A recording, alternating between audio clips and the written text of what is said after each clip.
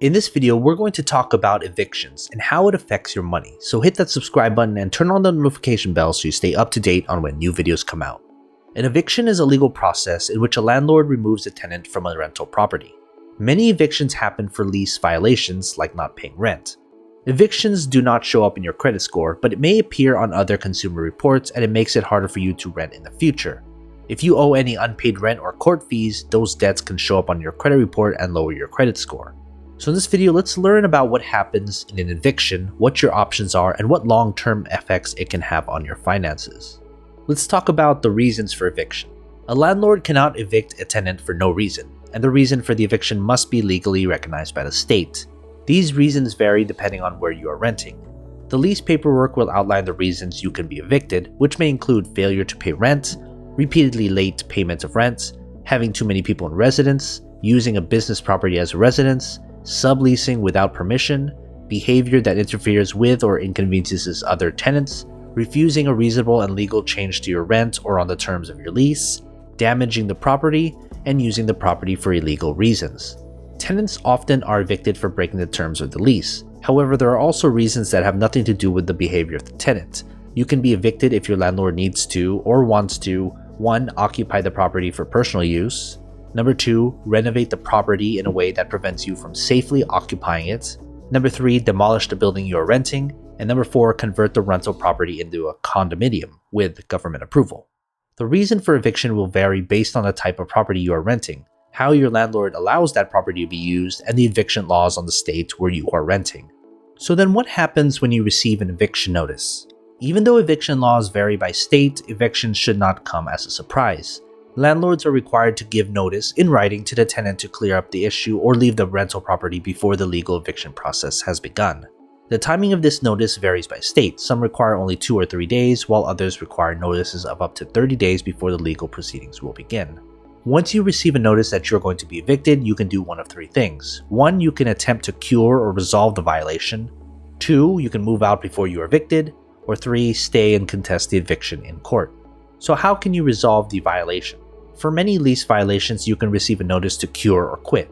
This means you have the option to resolve the violation within a set number of days to avoid moving out or being evicted. For example, if you're being evicted for an issue like failure to pay rent, the cure would be immediately paying all the rent you owe. If you are subletting to a roommate without permission, the roommate would need to move out. You'll likely also have to pay the cost of any fees that the landlord incurred to file the notice. In some states, landlords can give you an unconditional notice to quit. This means you do not have the option to remain in the property even if you are able to resolve the violation. Other states allow an unconditional notice to quit for some violations but not others. For example, if you receive an unconditional notice to quit for not paying rent, you must pay the rent you owe and move out or be evicted. You do not have the option to pay your rent and stay. If you are being evicted for harassing other tenants, for example, or illegal activity, you will most likely receive an unconditional notice to quit. Or you can consider moving out before the eviction. If you receive either a cure and quit notice or unconditional notice to quit, you can choose to move out and avoid the court eviction process altogether. Once you move out, you will need to pay any rent or fees that are still due to your landlord. Otherwise, you may be taken to civil court or have your debt turned over to a collection agency. Then there's going to court for eviction. If you don't move out or resolve the issue leading to your eviction without the amount of time stated on the notice, your landlord can begin eviction proceedings against you in court. You may also choose to contest the eviction in court if you believe you are being evicted unfairly. Once the legal eviction proceedings begin, you will have to appear in court. The judge will then rule either in favor of you or the landlord. If the judgment is in favor of the landlord, you will have to 1. Move out in the time frame the court allows, 2. Pay any rent you owe, and 3. Repay any legal fees that the court orders you to pay. So then how does eviction affect your credit? The eviction won't directly show up on your credit report, but eviction-related information may. If the landlord uses the court to evict you and obtain a judgment against you, the judgment resulting from that eviction is a matter of public record and can appear in some consumer reports. Having a judgment against you will make it harder to rent in the future. It can also hurt your chances of getting approved for a credit card or a loan. Although your credit score isn't directly impacted by an eviction, it is impacted by any collections for any unpaid rent and court fees that you owe. This debt can show up in your credit report and lower your credit score. Like most other type of negative information, the eviction can stay in your credit report for up to 7 years. If the statute of limitations for unpaid judgment is more than 7 years in your state, the eviction can be reported up until the statute of limitations runs out. Even if you move before the eviction goes to court, your credit can still be affected. For example, if you still owe rent or fees, the landlord can use a collection agency or take you to a small claims court. This will go on your credit report and hurt your credit score. Some landlords report to tenant screening services like Experian's Rent Bureau or TransUnion's SmartMove. Even though your credit report may not read eviction, a check with one of these services will reveal your eviction record. So then how do you prevent evictions? Being evicted will make it difficult to continue renting in the future. The best way to avoid being evicted is to pay your rent on time and comply with the terms of your lease. That's it. If you are worried that you will be unable to pay your rent, talk to your landlord about the issue and try to work out a deal to avoid the eviction process.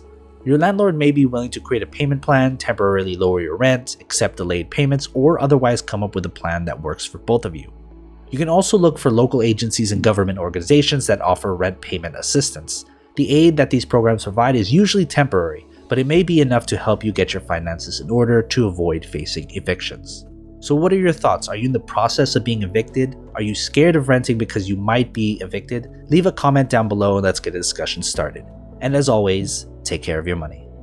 I recently finished The Richest Man in Babylon by George Clason, and I included this video as a way for you to expand your financial education outside of this channel.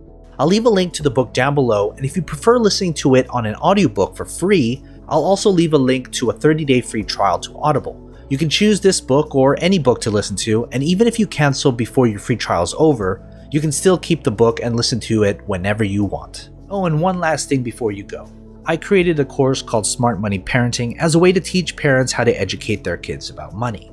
An early financial education is the foundation for wealth building, so give your kids a future they deserve. Use code MONEY20 at checkout to receive 20% off my master course. I'll leave a link to the course down below.